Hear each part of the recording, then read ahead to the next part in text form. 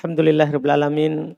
Wassalatu wassalamu ala Rasulillah wa ala alihi wa ashabihi wa man tabi'ahum bi ihsan ila yaumiddin, amma ba'd. Alhamdulillah, kita lanjut lagi pelajaran kitab Alfiyah Ibnu Malik dengan membaca Taudih wa Bayan karya Syekh Sa'id hafizahullah taala. Kita masih melanjutkan penjelasan bait yang ke-9 kemarin yang belum selesai kita baca, penjelasan antara kalam, kalim, qaul. Iya, kita lanjut. Baik. Jadi lanjutannya kemarin sudah jelaskan ada kalam, ada kalim. Kemudian belum berkata wal qaulu a'am, dan qaul itu lebih umum minhuma daripada keduanya. Qaul itu lebih umum daripada keduanya, itu daripada kalam dan kalim. Fayuqalu, maka dikatakan umumun wa khususun mutlakun. Berarti ada namanya umum khusus secara mutlak. Ada umum khusus secara mutlak. Apa maksudnya itu umum khusus secara mutlak? Belum jelaskan lagi. Annal qaula a'ammu minhuma mutlakun. Qaul lebih umum dari keduanya secara mutlak. Artinya karena setiap qaul pasti bisa dibilang kalim dan kalam. Paham kan? Berarti dia lebih umum secara mutlak. Wahuma akhossu minhu. Sementara keduanya lebih khusus daripada qaul. Ini namanya umum dan khusus secara mutlak. Fakullu kalamin wa kalimin qaulun. Maka setiap kalam dan kalim itu adalah qaul. Tapi wala aks, tidak sebaliknya. Tidak semua qaul itu kalam. Tidak semua qaul itu kalim. Antum paham ini? Kan gini. Kalam itu kan harus mufid. Nah, sementara kalim harus apa? Lebih dari 2 huruf. Kalau qaul, biar 1. Lebih dari 2 kata kan kalau kalim. Nah, sementara qaul, biar 1 kata. Itu sudah dinamakan apa? Qaul. Makanya dibilang, kalau antum bilang gini, ja'a zaidun, qaul, qaul dan kalim. Ikan begitu. Kalau bilang, daraba zaidun aliyan, kalimah, kalim, kalim, qaul, qaul. Tapi kalau saya bilang zaid, kalam, bukan. Kan begitu. Kalim, kalim, bukan. Tapi qaul, qaul. Apa maksudnya nih? Jadi setiap kalam, kalim, qaul. Tapi tidak semua qaul, kalim, kalam. Itu namanya umum wa khusus mutlak. Antum bisa pahami ucapan penulis ini? Ini yang beliau katakan. Kemudian, jadi ini qaul, kalam, kalim lebih khusus. Ia lebih khusus. Berarti wahuma akhossu minhu. Keduanya lebih khusus darinya. Setiap kalam, kalim adalah qaul. Tapi tidak sebaliknya. Tidak semua qaul adalah kalam. Tidak semua qaul adalah kalim. Paham ini ucapan penulis ya? Tidak semuanya. Fahunaka qaulun laisa bikalam. Lihat contoh nyatanya. Di sana ada namanya qaul. Tapi bukan kalam. Wala bikalim. Bukan pula kalim. Bukan kalam, bukan kalim. Contohnya apa? Mitlu Zaid. Seperti Zaid. Coba kalau antum ditanya, Zaid, kalam, otomatis bukan. Karena dia tidak mufid. Kemudian kalim, otomatis bukan. Karena berapa kata ini? 1. 2 kata saja, 2 kata saja, itu bukan kalim. Apalagi 1 kata. Apalagi 1 kata. Ini Masya Allah. Kemudian kata beliau, Qada yu'am, Ata Ibnu Malik beqada rahimahullah. Ibnu Malik mendatangkan kata qad wa dhahiruha annaha tufidu taklil, yang nampak dari ucapan Ibnu Malik ini memberikan faedah sedikit, jarang. Itu antum bilang kadang dimaksudkan, kan begitu nanti artinya terkadang. Iya. Falau akhadna bi dhahiril lafzi, kalau kita mengambil dhahir lafaz dari Ibnu Malik ini, lakulna, maka kita akan katakan huwa taklilu nisbi, dia adalah terkadang ya, tapi nisbi. Terkadangnya di sini adalah dilihat dari penyandarannya kemana. kalau dilihat dari penyandarannya ke istilah ulama nahwu, betul terkadang bermakna, ya, paham ya? Kadang bermakna seperti itu. Tapi kalau dilihat dari makna secara bahasa, enggak. Karena secara bahasa memang, ya, al-kalimah qaulun mufrad itu secara bahasa enggak masuk di situ.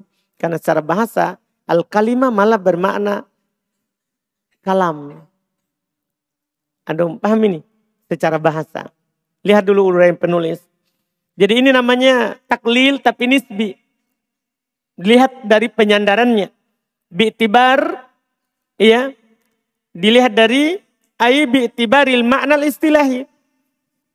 Itu terkadang kata kalam, ya, terkadang kata kalim bermakna apa? Kalam. Atau terkadang kata kalam bermakna kalim. Bisa begitu. Dilihat dari makna istilahi. Coba lihat dulu makna istilahi. Apa makna kalam? Kita kembali dulu makna istilahi kalam. Huwal labdul murakkabul mufidu bilwadi. Itu kalam. Terus kalam secara istilah, kalim. Qaulun mufradun. Kemarin al-kalimah. Qaulun mufradun. Paham tak? Setelah itu beliau bilang, kadang yang diinginkan dengan kalimah adalah kalam. Itu apa itu? Yaitu lafdun, murakkabun, mufidun, bilwad'i. Nah, ini ada masalah. Nanti kita kembali dulu ke situ. Jadi ada kalam, ya, ada kalimah. Kalam, lafdun, ya, lafdun, murakkabun, ya, mufidun. Mufidun, bilwad'i. Bilwad'i.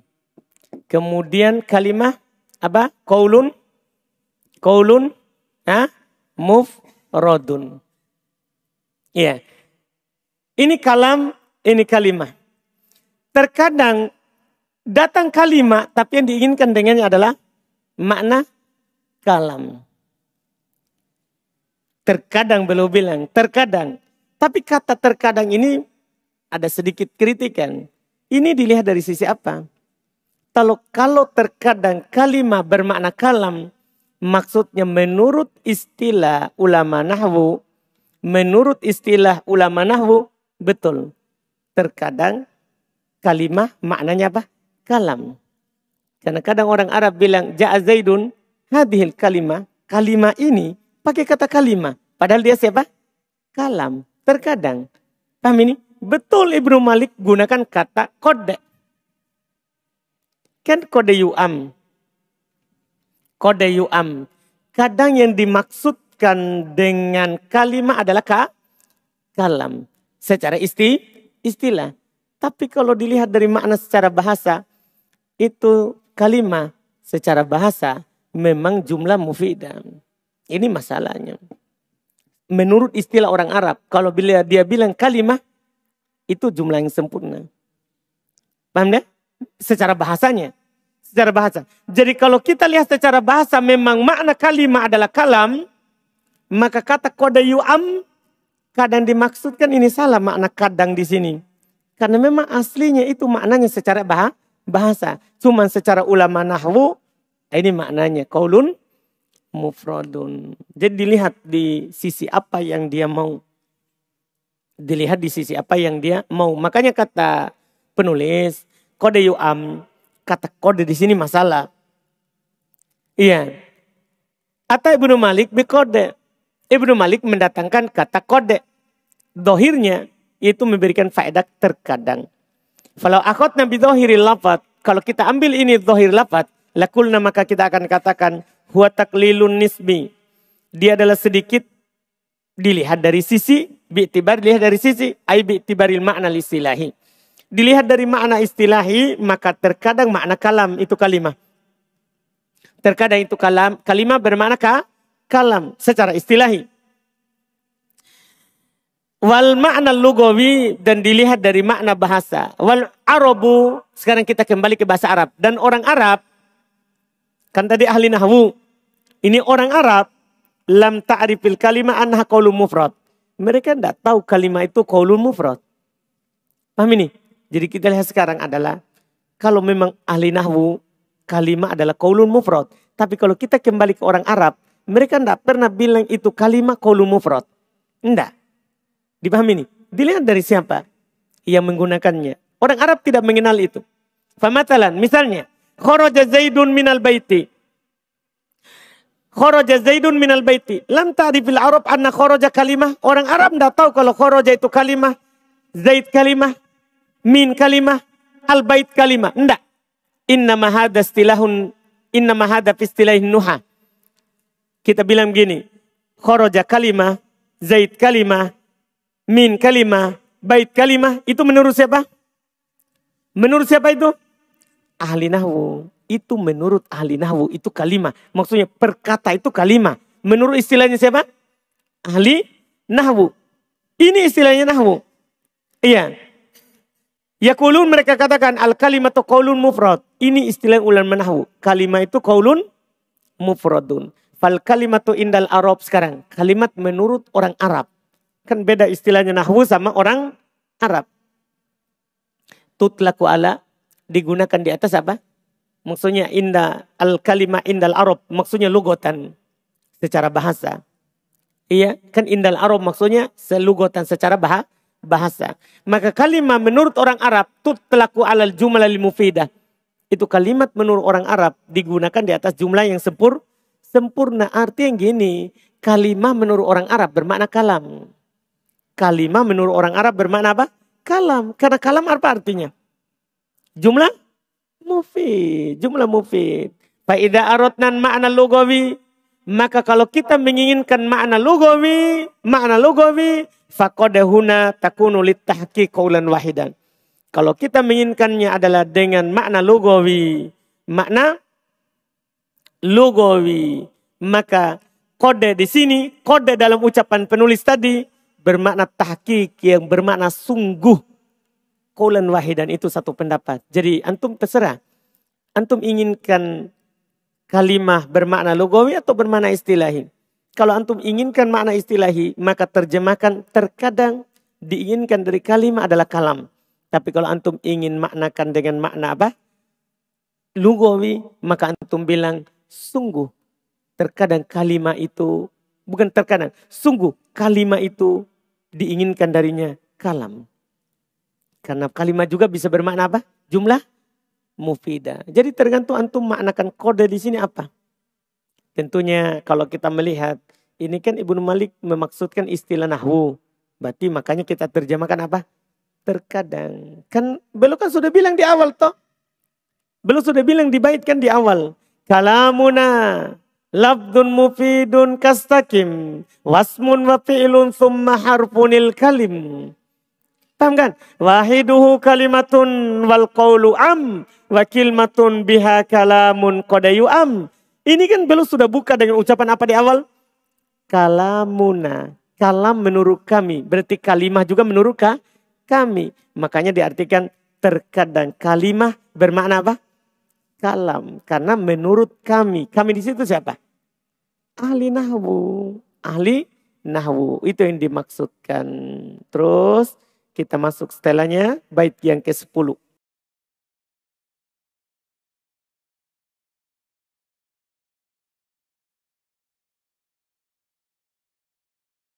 Kata beliau, yaitu belum melanjutkan sekarang pembahasan alamat isim. Bil jer, dengan jer, wa tanwini dan tanwin, ini pembahasan mudah. Wan nida. Oh, ini alamat tambahan di sini. Tambahan alamat isim. Dengan jer, kasro, wan nid, tanwin, wan nida.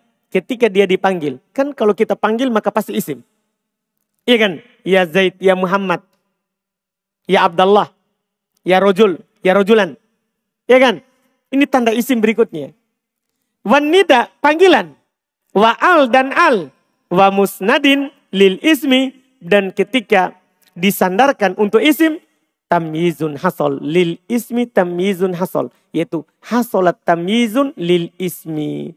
Terjadi pembeda untuk isim. Maksudnya terjadi tanda untuk isim.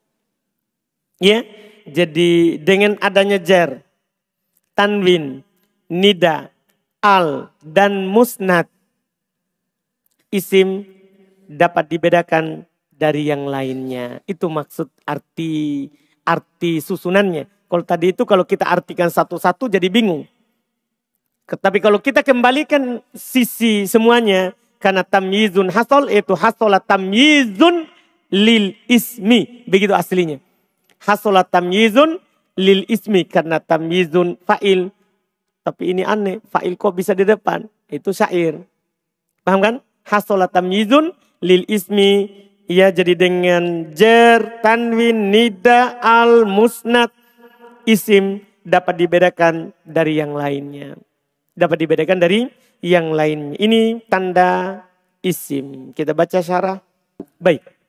Kata beliau syara'an nadimu. Penulis memulai rahimahullah. Bidzikril alamati dengan menyebutkan tanda. Allati yufarraqu biha yang dibedakan dengannya bain al-asma'i wal af'ali wal huruf, yang dibedakan dengannya antara isim, fi'il dan huruf. Faqala maka beliau berkata idza aradta tamyizal ismi, kalau kamu ingin membedakan isim, fahuwa yahsulu biwahidin min khamsah, maka dia terjadi dengan 1 dari 5. Kalau antum dapat 1 dari 5 ini maka dia isim. Jar, tanwin, nida, al dan isnad. Kata penulis, walaisal muradu an tudkar jami'uha fil isim. Tapi bukan diinginkan disebutkan seluruhnya pada satu isim. Enggak ya. Anda paham ini ucapan? Artinya alamat isim ada 5. Bukan berarti semua isim ada di situ. Alamatnya itu. Paham kan? Kan kadang dalam satu isim kita dapat 1 tanda atau 2 tanda atau 3 tanda. Iya kan? Yang penting inilah tanda isim. Innamal muradu tiada lain dimaksudkan ayyakbala alamatan minha. Dia menerima 1 tanda darinya. Jadi kapan dia menerima 1 tanda darinya sudah itu isim. Au aksar atau lebih dari 1. Bil jar. Ini alamatnya berikutnya. Dengan jar. Wal jarru yakunu bi ahadi hurufil jar. Jar itu terjadi dengan salah satu huruf jar. Au bil mudhaf atau karena dia mudhaf. Au bit tabi'iyah atau karena ikut. Jar itu kan ada 3 toh. Jar itu bisa 3. Karena huruf jar, karena mudhaf, karena ikut sebelumnya. Masya Allah. Artinya gini, sekarang ini kita tidak seperti buku awal. Buku awal dulu kan dengan alamat isim adalah adanya huruf jar. Paham kan? Atau ketika di kasroh. Adanya kasroh. Enggak, sekarang lebih umum lagi. Majrur itu kalau dia ada huruf jar masuk. Atau karena dia sebagai mudhafun ilai. Atau sekarang karena dia ikut kepada majrur. Jadi sudah umum karena kita sudah tahu semua bab nahwu sebelumnya. Misal, contoh. Bismillahirrahmanirrahim. Coba perhatikan ini contoh. Bismi karena ada huruf jar. Allahi karena mudhafun ilai. Ar-Rahmani karena na'at. Ini contoh untuk 3-tiganya. Jar itu bisa 3. Bisa karena huruf jar, bismi, bisa karena mudhafun ilaih, Allahi, bisa karena na'at, ar-Rahmani. Kan 3 itu. Semua ini isim. Semua ini adalah isim. Karena majrur. Karena majrur. Wat tanwini. Alamat berikutnya adalah tanwin.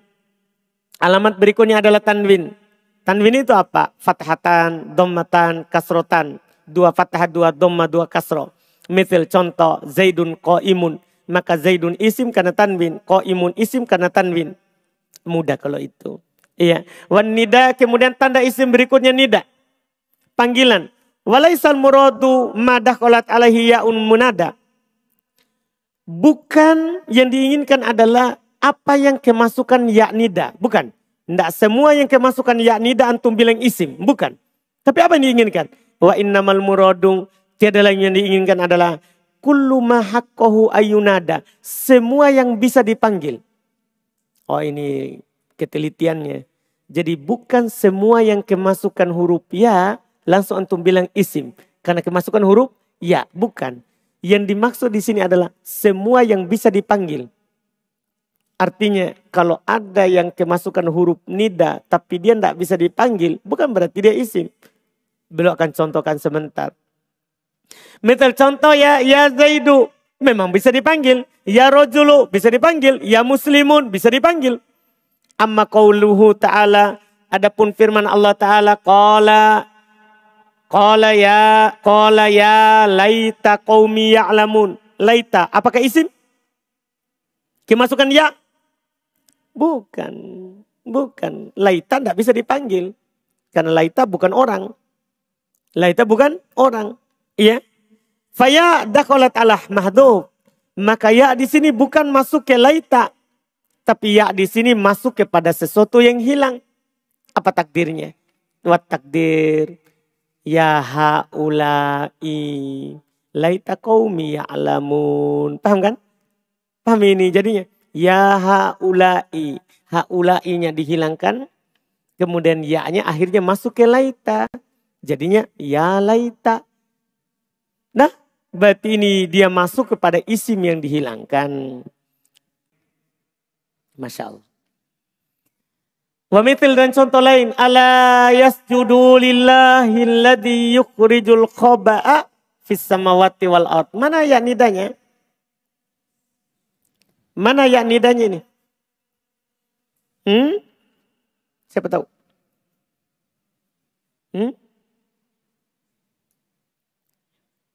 Itu yasjudu.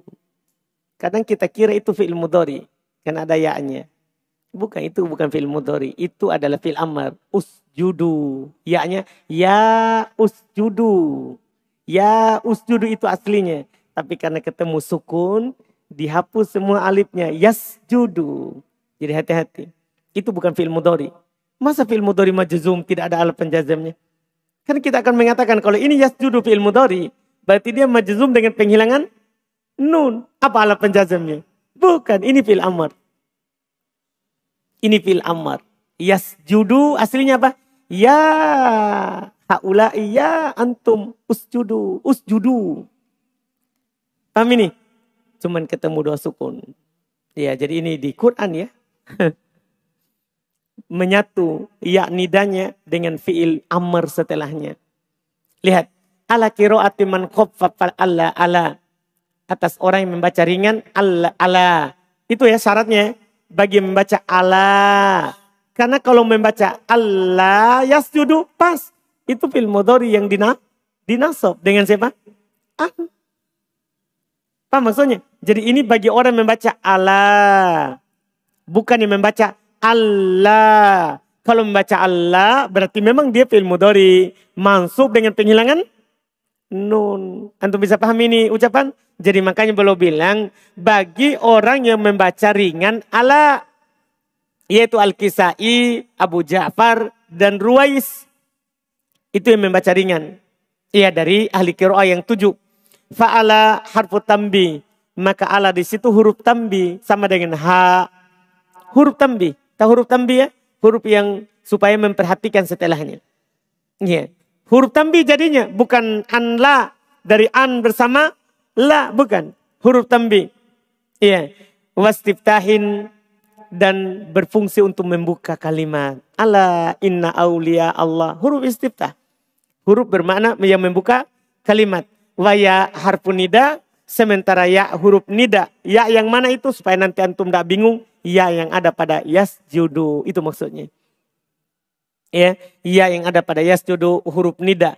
Wal munada mahdhuf. Dan munadanya dihilangkan. Karena masa kita panggil fi'il amr. Ya kan? Kan huruf munada ini kan menjadi tanda untuk apa? Isim. Ini ada isim yang dihilangkan. Iya. Walaka fi mithli hadza wajhan. Sekarang apa i'rab kita dan sisinya? Boleh bagi kamu dalam contoh seperti ini dua sisi selalu. Kadzalika fi, demikian pula pada contoh ya laita qaumi, sama boleh dua sisi. Wa qaulu syair, demikian pula ucapannya penyair, ya argomallahu anfan. Lihat, ya argoma. Kan fiil setelahnya. Katanya nida itu alamat isim. Kok fiil? Ini sama tadi. Boleh nanti dua sisi. Ya argamallahu amfan anta hamiluh. Ya dalkhona wa maqaliz zuri wal khatali. Lihat, boleh kamu dua sisi. Pertama, antu ja'ala ya harfu tambi. Boleh pertama antum jadikan ya itu huruf. Boleh antum jadikan ya harfu tambi. Wala iskalah hina idin. Kalau ketika itu tidak ada muskilah. Tidak ada masalah. Li'annaha laysat lin nida. Karena dia bukan untuk nida berarti. Antum boleh jadikan ya itu huruf tambi. Seperti hak tambi. Berarti setelahnya huruf tambi kan setelahnya bisa isim, bisa huruf, bisa fi'il. Berarti tidak ada masalah. Tidak ada masalah. Ya, bait syair tadi, tidak ada masalah ayat tadi, tidak ada masalah semuanya. Karena dia di sini sebagai huruf tambi. Sebagai huruf tambi. Kemudian yang kedua ayyuqal al-munada mahdhuf. Yang kedua antum jadikan ya-nya huruf nida dan munadanya dihilangkan. Takdirnya ya qaumis judu. Paham ya? Ya qaumis judu. Wa ya haula ilaita qaumi ya'lamun. Wa ya hada argamallahu anfan. Paham ya? Itu kalau antum jadikan dia huruf nida, berarti setelahnya ada isim yang dihilangkan. Kalau antum jadikan dia huruf tambi, maka tidak ada masalah. Tidak perlu antum bilang ada isim yang dihilangkan. Berikutnya. Dan yang paling bagusnya pada kata ala yasjudu, ya-nya huruf nida. Karena ala yang sebelumnya mendahului atasnya, itu kan sudah menjadi huruf tambi. Masa huruf tambi, kemudian huruf tambi lagi. Yang paling bagus kita katakan ya-nya huruf nida. Huruf tambinya mana? Yang sebelumnya ala. Karena wa minal muqarrar, termasuk perkara yang sudah tetap. Annahu bahasanya la yatawala harfan, tidak berturut-turut dua huruf bimaknan wahid yang sama artinya. Iya kan? Makanya ya ketika ada sudah satu huruf yang bermakna tambi, maka ya anda boleh sebagai tambi. Kita katakan ya sebagai huruf apa? Huruf nida. Itu dia. Kemudian alamat berikutnya. Jadi kita belum al. Termasuk alamat berikutnya adalah al. Yang diinginkan dengannya al membuat ma'rifah atau tambahan atau mausulah menurut jumhur. Pokoknya semua al membuat apa? Semua al itu tanda isim. Semua al itu tanda isim. Ya. Adapun pada contoh alhaakumut takatsur, maka al pada di sini asliyah kan alha. Kan bukan al alif lam ini. Ini apa?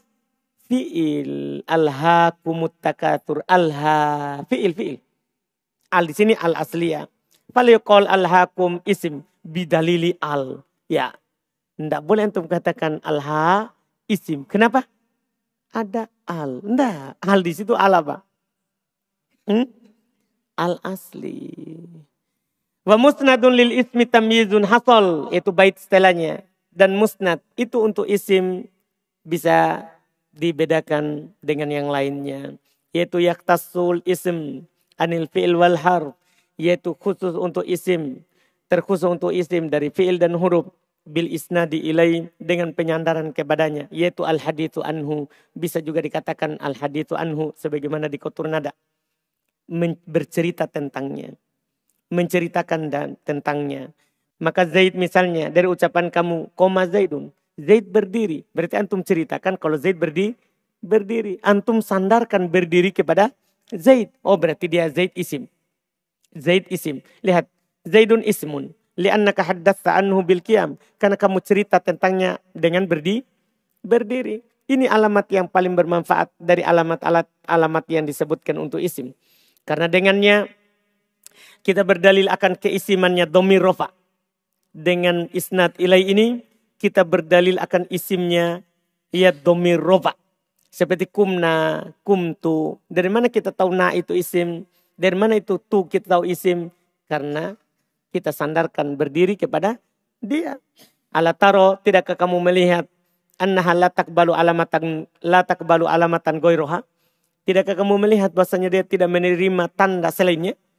Ya kan? Tidak ada tanda isim sama sekali yang dia terima. Kecuali al-hadith an. Maka dia adalah alamat yang paling bermanfaat. Terakhir, baik. Masya Allah. Faedah tambahan. Ya, karena tadi pembahasannya musnad. Di sini ada faedah. Isim dan fi'il serta huruf. Dari sisi penyandaran, maka dia ada 3 bentuk. Pertama isim. Dia disandarkan kepadanya, dia disandarkan dan disandarkan kepadanya. Jadi isim itu bisa disandarkan dan bisa disandarkan kepadanya. Anda paham ini? Misalnya, koma Zaidun. Zaid berdiri. Berarti, ini namanya apa? Zaid berdiri. Berarti apa ini? Ini disandarkan. Karena Zaid disandarkan koma padanya. Dan kemudian Zaidun qaimun. Ini dua-duanya. Musnad dan musnad ilai. Pokoknya kalau isim bisa disandarkan saja dan bisa disandarkan kepadanya. Anda paham ini? Kan gini, ini Zaidun qaimun. Zaid bisa dikatakan musnad. Qaimun musnad ilai. Atau antum bilang Zaid musnad ilai. Qaimun musnad. Dua-duanya isim. Berarti isim itu bisa musnad dan musnad ilai. Itu kalau isim. Sementara al-harfu la yusnadu wa la yusnad ilai. Huruf tidak bisa. Tidak bisa disandarkan dan tidak bisa disandarkan kepadanya. Karena penyandaran itu antara dua isim atau fi'il dan isim. Penyandaran itu antara dua isim atau fi'il dan isim. Huruf tidak berlaku dalam penyandaran. Wal fi'lu, sementara fi'il yusnad. Kalau fi'il disandarkan. La yusnad ilai. Tidak disandarkan kepadanya. Coba untuk perhatikan itu contoh tadi. Koma Zaidun. Karena kan, koma kan disandarkan kepada Zaid. Tidak boleh Zaid antum sandarkan kepada koma. Anda paham ini? Itu fi'il. Li'annal musnad ilai. Karena namanya musnad ilai. La yakunu ilasman. Tidak boleh ada kecuali pasti dia berupa isim. Jadi ada musnad ilai. Isim bisa jadi musnad dan bisa jadi musnad ilai. Sementara huruf tidak bisa jadi musnad, tidak juga bisa jadi musnad ilai. Fi'il bisa jadi musnad, tapi tidak bisa jadi musnad ilai. Itu dia. Itu pembahasannya. Alhamdulillah. InsyaAllah kita lanjut lagi di pertemuan nanti dengan tanda fi'il. Dengan tanda fi'il. Sudah selesai tanda isim. Alhamdulillah. Kita cukupkan dulu. Subhanallah. Alhamdulillah. Asyhadu an la ilaha illa anta.